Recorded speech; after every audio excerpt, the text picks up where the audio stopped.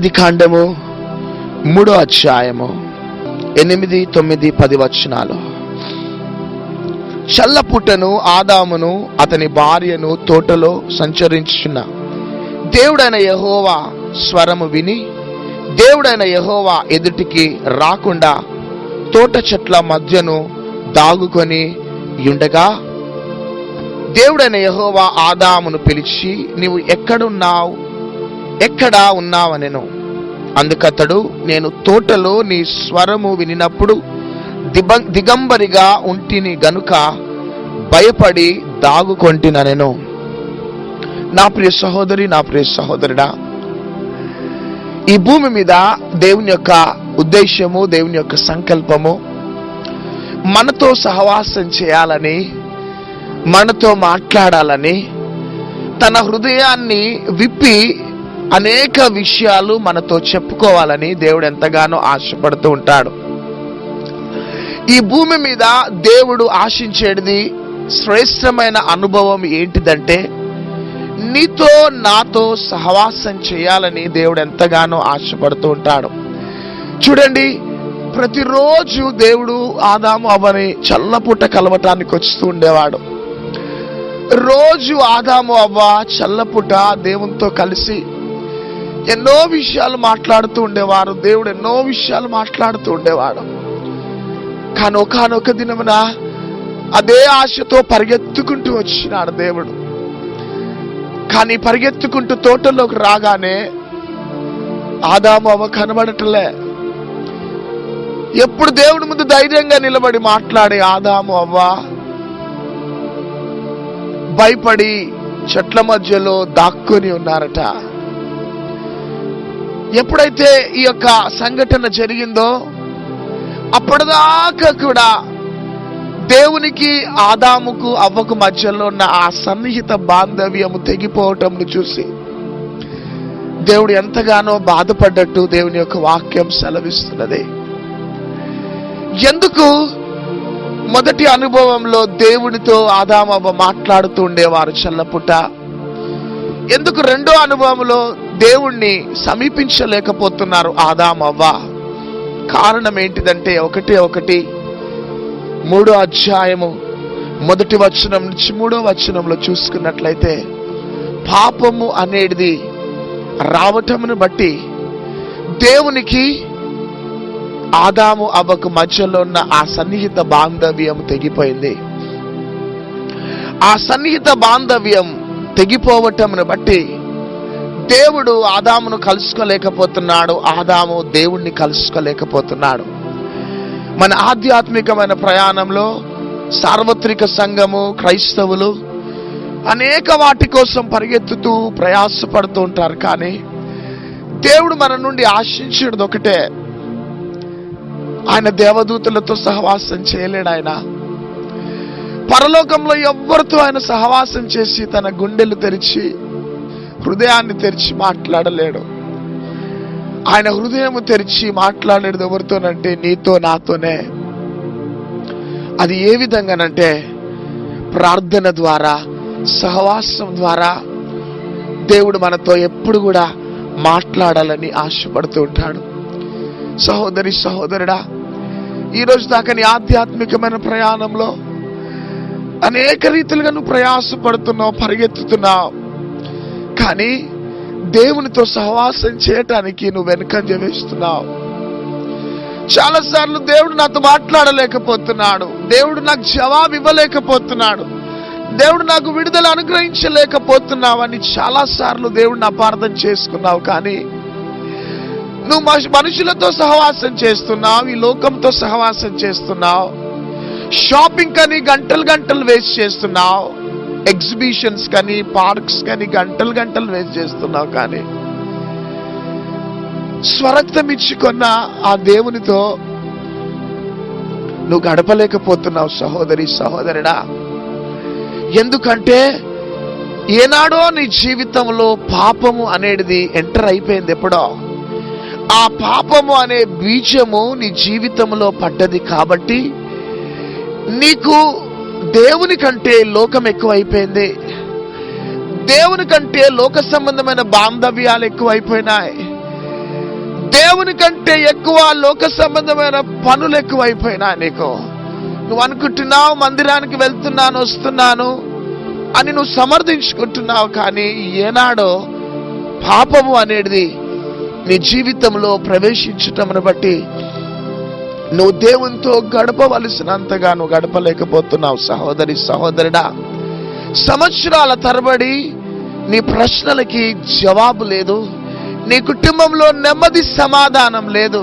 కారణం ఏంటిదంటే ఏనాడో దేవుడు నీతో మాట్లాడకుండా మౌని అయిపోయినాడు.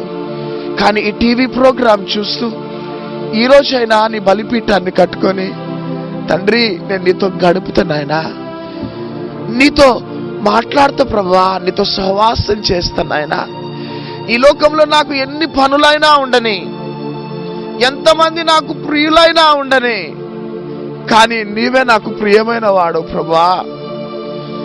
చూడండి, ప్రియురాలు ఒక దినమున తన యొక్క గదిలో ఉన్నప్పుడు ప్రియుడు వచ్చి తలుపు కొడుతూ ఉంటాడు. పరమగీతములలో తలుపు కొడుతూ ఉన్నప్పుడు, నేను ఇప్పుడే వస్త్రము మార్చుకొని ఉన్నాను, కొంచెం టైం తీసుకుంటానన్నదంతే.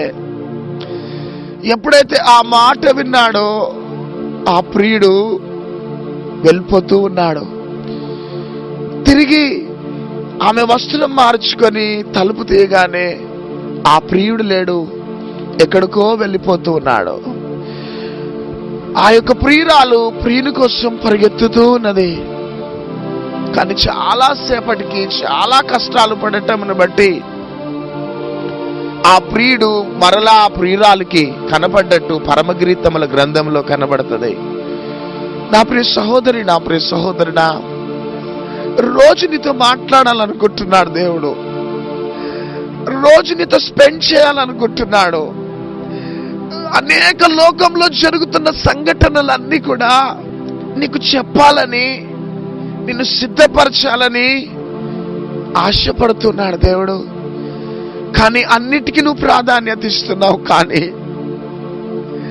దేవునితో మాట్లాడలేకపోతున్నావు, దేవుణ్ణి పలకరించలేకపోతున్నావు. కారణం ఏంటిదో తెలుసా?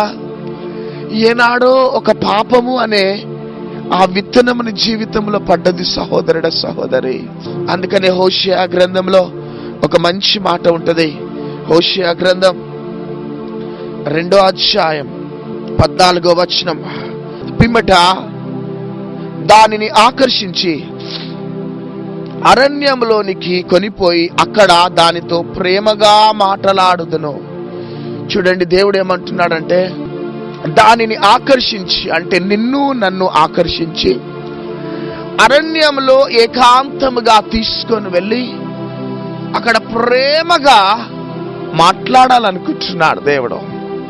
నా ప్రియ సహోదరి సహోదరుడా, ఈరోజు దాకా నువ్వు ప్రార్థనకి ఎంత ఇంపార్టెన్స్ ఇచ్చినావో, లోకానికి ఎంత ఇంపార్టెన్స్ ఇచ్చినావో నాకైతే తెలియదు.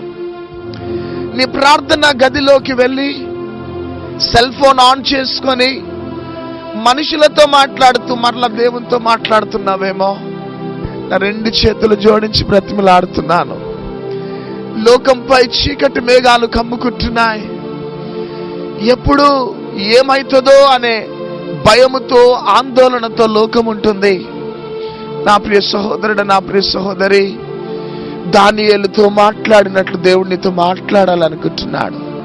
షడ్రక్ మేషక్ అబేద్నెగోతో మాట్లాడినట్లు నీతో మాట్లాడాలనుకుంటున్నాడు.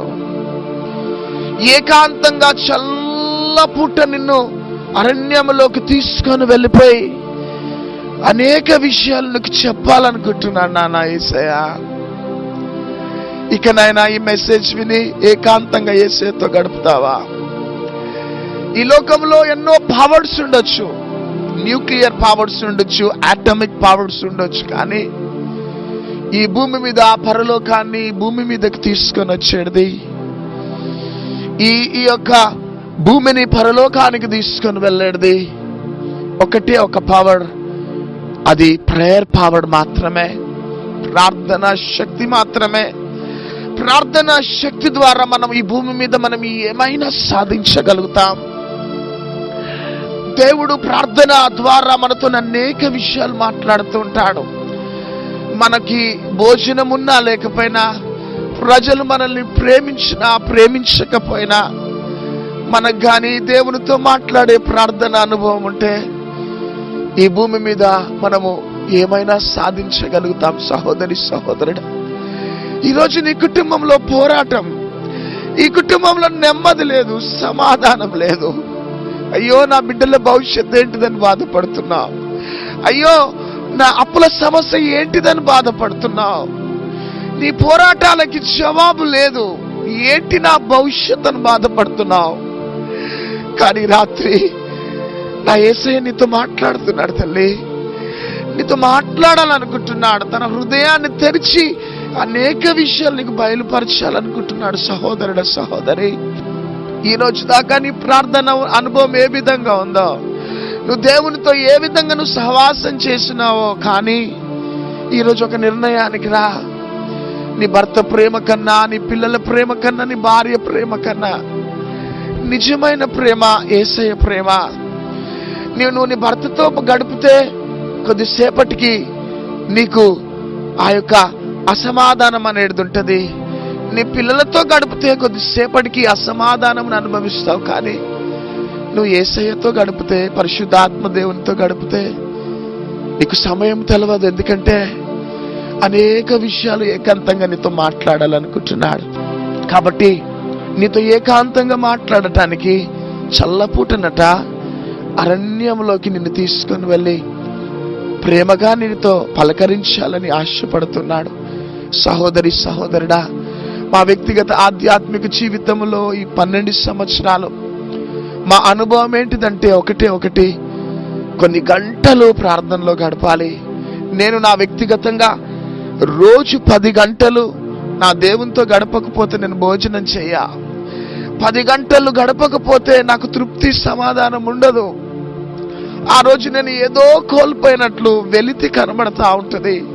నా బలము, నా ఆస్తి, నా సంపద, నా ఊపిరి ఒకటే దేవునితో సహవాసం చేయటమే నా బలం. కాబట్టి అన్నిటికంటే ఎక్కువగా నా వ్యక్తిగత జీవితంలో ప్రార్థనకి ప్రాధాన్యత ఇస్తా. ఏదో నన్ను గురించి నేను సెల్ఫ్ బోస్టింగ్ చేసుకోవటం కాదు, కానీ నా అనుభవం మాత్రం మీతో నేను షేర్ చేసుకుంటున్నాను. అందుని బట్టి దేవునికి మహిమ కలుగును గాక. దేవుని యొక్క కృప మాత్రమే మమ్మల్ని ఈ విధంగా నడిపిస్తున్నది. ఈరోజు ఇదిగో దేవుడు ఈ ఆంధ్రప్రదేశ్లోని అనేక ప్రజలకి ఏకాంతంగా గడపటానికి, ఇదిగో వ్యక్తిగతంగా గడపటానికి మంచి ప్రార్థన కేవ్స్ ఇచ్చినాడు. నీ గృహంలో నువ్వు గడపకపోవచ్చు, కానీ ఏకాంతంగా కొన్ని దినాలు గడపటానికి దేవుడిస్తున్న మంచి అవకాశం ఇది. వ్యక్తిగతంగా ఈ అడవిలో నేనుంటున్నప్పుడు అకస్మాత్తుగా ఒక గాలి, ఒక తుఫాను గాలి ఈ అడవిలో నన్ను లేవనెత్తి ఇదిగో వెనకాల ఉన్న ఆ యొక్క స్పాట్లో పడేసింది. గాలిలో నేను తెలియకుండానే వెళ్ళిపోయి ఆ అడవిలో గత 12 సంవత్సరాల క్రితం ఆ యొక్క స్పాట్లో పడ్డాను. అక్కడ దేవుడు నాతో ముఖాముఖిగా మాట్లాడటం ప్రారంభించినాడు. రోజు నేను ఇక్కడ నిన్ను కలుసుకుంటాను, మనమిద్దరం ఇక్కడ రోజు మనం కలుసుకోబోతున్నాం అని చెప్పటంతోనే రోజు నేను నా ప్రేమ కలిగిన యేసయ్యతో అక్కడ గడుపుతుంటాను. నా వ్యక్తిగత కుటుంబ జీవితంలో, నా పరిచర్యలో మేము ఎందుకు ఇంత సమాధానంగా ఉంటాం, ఎందుకు ఇంత నెమ్మదిగా ఉంటాం, ఎందుకు దేవుడు ఈ విధమైన అభివృద్ధి ఇస్తున్నాడంటే కేవలం మా బలం ఏంటిదంటే మా ఊపిరి ప్రార్థన ప్రార్థన ప్రార్థన. కాబట్టి ఈ రోజు దాకా నీ వ్యక్తిగత ఆధ్యాత్మికమైన ప్రయాణం ఏ విధంగా ఉన్నదో సహోదరుడా సహోదరి, కానీ టీవీ ప్రోగ్రాం చూస్తున్నప్పుడు నువ్వు లెంటి డేస్ అని, ఉపవాస ప్రార్థనలని, ఆ ట్రెడిషనల్ గా నామకార్థంగా నీవు పేరుకి ఆ యొక్క డ్యూటీ వైస్ గా ఈ ఉపవాస ప్రార్థనలను డిక్లేర్ చేసుకున్నావేమో, కానీ ప్లీజ్ ఐ లవ్ యూ. ఇదే టైంలో నువ్వు ఏకాంతంగా ఎవరితో మాట్లాడకుండా కొన్ని గంటలు దేవునితో గడపటానికి నువ్వు సిద్ధపడితే ఈ యొక్క 40 days నీ జీవితానికి ఆశీర్వాదకరంగా ఉండబోతున్నది. ఈ వర్తమానము ద్వారా దేవుడు నీ జీవితంలో ఒక నూతనమైన కార్యాన్ని చేయాలని ఆశపడుతున్నాడు. కాబట్టి చల్లపూట ప్రతిదినం వచ్చినట్లు ఆదాముతో మాట్లాడటానికి వచ్చినాడు దేవుడు. కానీ ఒక దినమున శబ్దం ఆగిపోయింది, మాట్లాడలేకపోతున్నాడు ఆదాము. ఏమైపోయింది ఆదామా? రోజు నీతో మాట్లాడాలనుకొని నేను వస్తుంటే ఈరోజు ఎందుకు మాట్లాడలేకపోతున్నావా తమా? తండ్రి, నీ స్వరం వినగానే నాకు భయం అవుతున్నది. చూడండి, పాపము మనకు భయమును పుట్టిస్తుంది. పాపం అనేది ఎంటర్ అయినప్పుడు మనం ధైర్యంగా దేవుణ్ణి సమీపించలేం. ఏదో వెలితి కనబడతా ఉంటది. కానీ ఈరోజు ఈ మెసేజ్ వింటూ ఎక్కడెక్కడైతే పొరపాటు చేస్తున్నావో, ఎక్కడెక్కడైతే నీ ఆధ్యాత్మికమైన ప్రయాణంలో పొరపాటు చేస్తూ సమర్థించుకుంటూ ఉంటున్నావో, కానీ ఈరోజు ఈ మెసేజ్ ద్వారా నీ బలిపీఠాన్ని కట్టుకొని దేవునితో ఏకాంతంగా గడపటానికి ప్రిపేర్ గా. ఈ టీవీ ప్రోగ్రాం విని ఇమ్మీడియట్ గా కొన్ని గంటలు దేవునితో గడపటానికి సిద్ధపడు. ఈ టీవీ ప్రోగ్రాం చూస్తున్న సహోదరి సహోదరుడా, ఈరోజు ఈ మెసేజ్ ద్వారా నీ ప్రార్థన బలిపీఠాన్ని దేవుడు కట్టాలని ఆశపడుతున్నాడు. నీతో వ్యక్తిగతంగా అనేక విషయాలు మాట్లాడాలని ఆశపడుతున్నాడు. అందుకనే చూడండి, ఆదికాండము 6వ అధ్యాయం 8వ వచనం. అయితే నోవాహు యెహోవా దృష్టి యందు కృప పొందిన వాడాయను. చూడండి, ఈ లోకంలో దేవునితో మాట్లాడటానికి ఎవరు కూడా లేరు. కానీ యుగాంతము విషయమై, భవిష్యత్తులో జరగబోయే విషయాలై దేవునికి దొరికింది ఎవరంటే కేవలము నోవాహు మాత్రమే. నోవాహు, భయంకరమైన జల ప్రళయం రాబోతున్నది. ఇదిగో వెళ్ళి ప్రజలను హెచ్చరించు నోవాహు. ఇదిగో నీవు నీ కుటుంబము సిద్ధపడు, భయంకరమైన ప్రళయం రాబోతున్నది నోవాహు అని నోవాహుతో మాట్లాడుతున్నాడు. అంటే లోకంలో దేవునికి ఒకడే ఒకడు దొరికినాడు. దేవునికి సన్నిహితంగా ఉన్న వ్యక్తి నోవాహు మాత్రమే.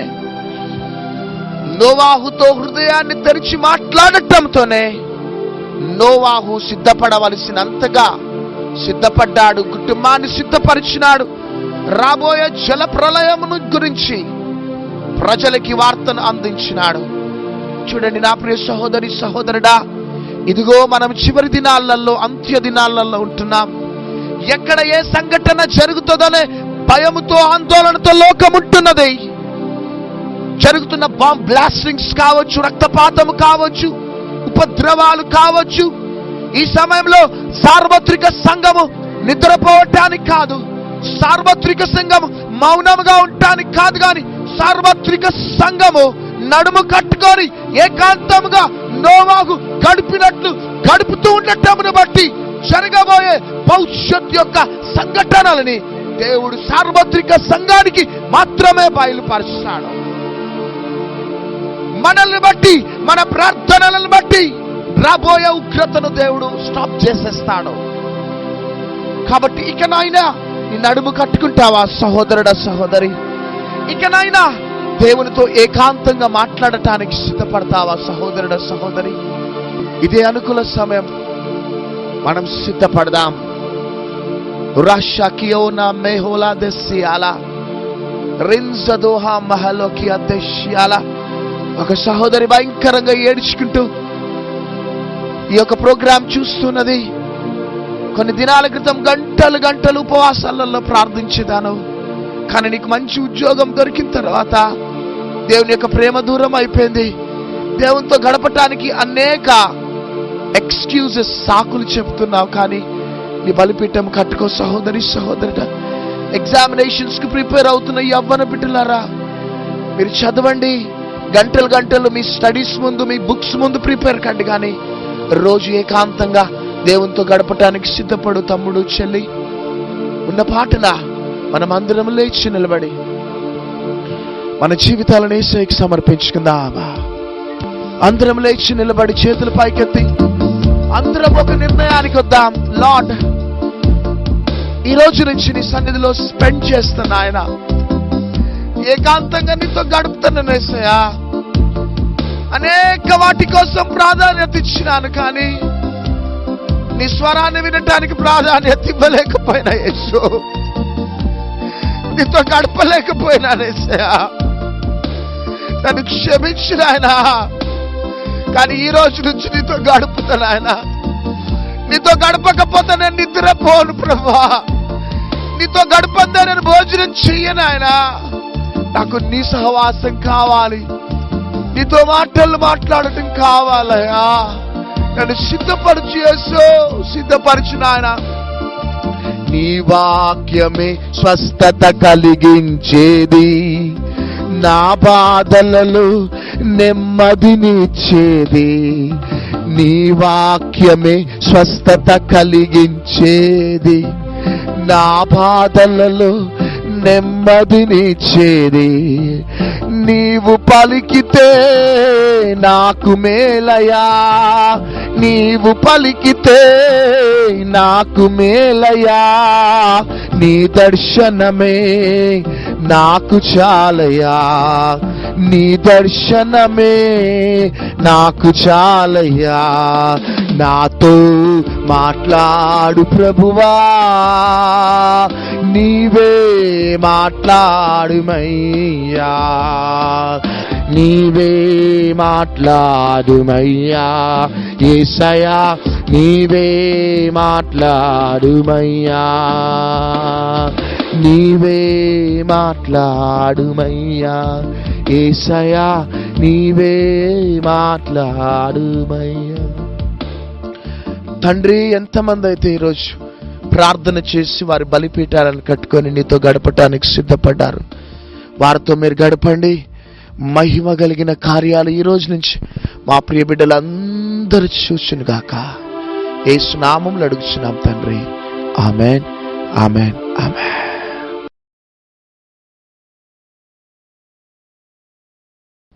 ఇదే సమయంలో అనారోగ్యములతో, అస్వస్థతలతో, బలహీనతలతో ఉన్నవారు, మీకెక్కడ అనారోగ్యం ఉన్నదో అక్కడ చేతులు పెట్టుకోండి. మీ గురించి మేము ప్రార్థన చేయబోతున్నాం. తండ్రి, ఎవరెవరైతే బెడ్ రిడన్ అయిపోయి అస్వస్థత, అనారోగ్యానికి గురై ఉన్నారో, నజరేయుడైన యేసుక్రీస్తు శక్తి కలిగిన శ్రేష్టమైన నామంలో ప్రతి బలహీనత, అస్వస్థత ఆ శరీరాలను విడిచిపెట్టి వెళ్ళిపోవును గాక. గుడ్డివారి కన్నులు తెరవబడును గాక, మూగవారు మాట్లాడును గాక, అంగహీనులు గంతులు వేయును గాక. ప్రతి క్యాన్సర్ వ్యాధులైనా, ప్రతి ఎయిడ్స్ అయినా, ప్రతి క్రానిక్ డిజీజెస్ అయినా నజరేయుడైన యేసుక్రీస్తు శక్తి కలిగిన నామంలో ఆ శరీరాలను విడిచిపెట్టి వెళ్ళిపోవును గాక. In Jesus name.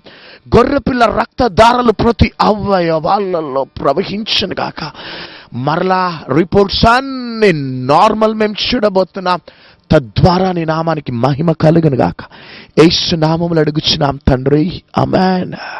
అంతేకాక మరియు ఈ యొక్క వారంలో వివాహ దినము, పుట్టుక దినము జరుపుకుంటున్న బిడ్డల కోసం, ఎగ్జామినేషన్స్ రాయబోతున్న బిడ్డల కోసం మేము ప్రార్థించబోతున్నాం. దేవా, ఎంతమంది బిడ్డలైతే ఈ వారంలో వారి యొక్క జన్మదినం, అంతేకాక వివాహ దినం నాయన వారి జీవితాల్లో జరుపుకుంటున్నారు. నాయన సంవత్సరాలన్నీ కాపాడినందుకు వందనాలు. ఈ వారంలో, ఈ క్రొత్త సంవత్సరంలో బిడ్డల్ని ఆశీర్వదిస్తూ నూతన సంవత్సరంలో అడుగు పెడుతున్న కుటుంబాలని, మరి నాయన జన్మదినం బిడ్డల్ని ఆశీర్వదిస్తూ సంవత్సరంలో జరుగుతుండగా నీ కృపని వారికి దయచేయమని ప్రార్థిస్తున్నాం. నాయన, ఎంతమంది బిడ్డలు ఎగ్జామినేషన్స్ ప్రిపేర్ అవుతున్నారు నాయన, వారి జ్ఞానాన్ని, జ్ఞాపక శక్తిని దయచేసి వారి చేయి పట్టి రాయించండి. మంచి రిజల్ట్స్ వారికి దయచేయండి. భయాన్ని, అనారోగ్యాన్ని అన్ని కూడా మీరు తొలగించండి. మరొకసారి నీ ప్రియ బిడ్డలని అందరినీ మీ హస్తాలకు అప్పచెప్తూ యేసుక్రీస్తు నామములో అడుగుచున్నాం తండ్రి, ఆమేన్. మన తండ్రి అయిన దేవుని ప్రేమ, యేసుక్రీస్తు కృప, పరిశుద్ధాత్మ సన్నది మీకును మీ కుటుంబాలకి, ఎగ్జామ్స్ రాస్తున్న బిడ్డలకు తోడై నడిపించును గాక. ఆమేన్, ఆమేన్, ఆమేన్.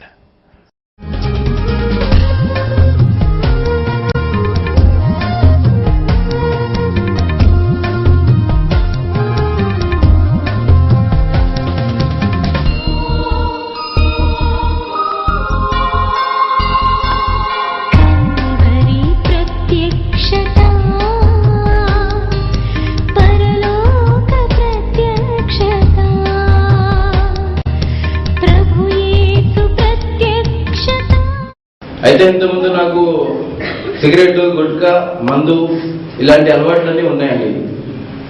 నేను ఏ రోజైతే 2వ తారీఖు ఈ ప్రేయర్కి అయితే ఎప్పుడైతే అటెండ్ అయ్యానో అప్పటి నుంచి సిగరెట్ మానేశానండి.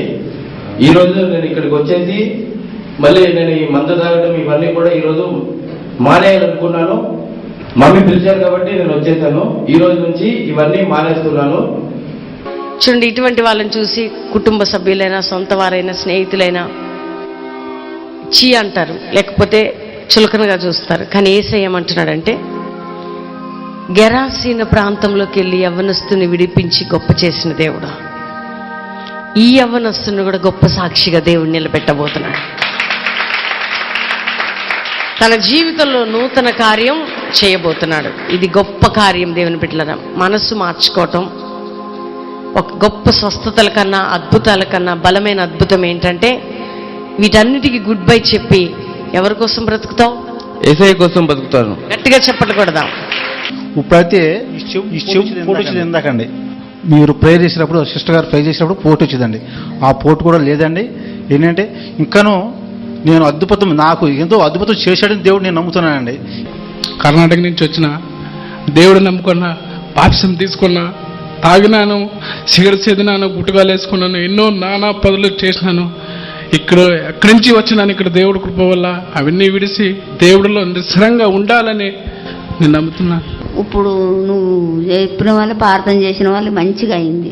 మాట్లాడొచ్చు ముందు మాట్లాడరాలే, నోరు తెరవరాలే, అన్నం తింటే మంట నరం పెరిగి ఉన్నది. ఇప్పుడు ఆరాధనలో అండి ఆమెకు నోరు తెరవరాలేదు, నోటి మంట, మాట సరిగ్గా రాలేదు, నొప్పితో బాధపడేది. ఇప్పుడు యేసయ్య ముట్టి స్వస్థపరిచాడు. గట్టిగా చెప్పట్లు కూడా దేవుని మహిమపరచుదాం. బాగా ఇట్లా బ్లడ్ వామిటింగ్స్ అయినాయి మా దగ్గి. టీవీ రోగం అన్నారు, అన్ని లేని రోగాలు చెప్పారు, అన్నీ చెప్పారు. నాకు అంతా ఇక బ్రతుకు మీద ఆశ లేకుండే.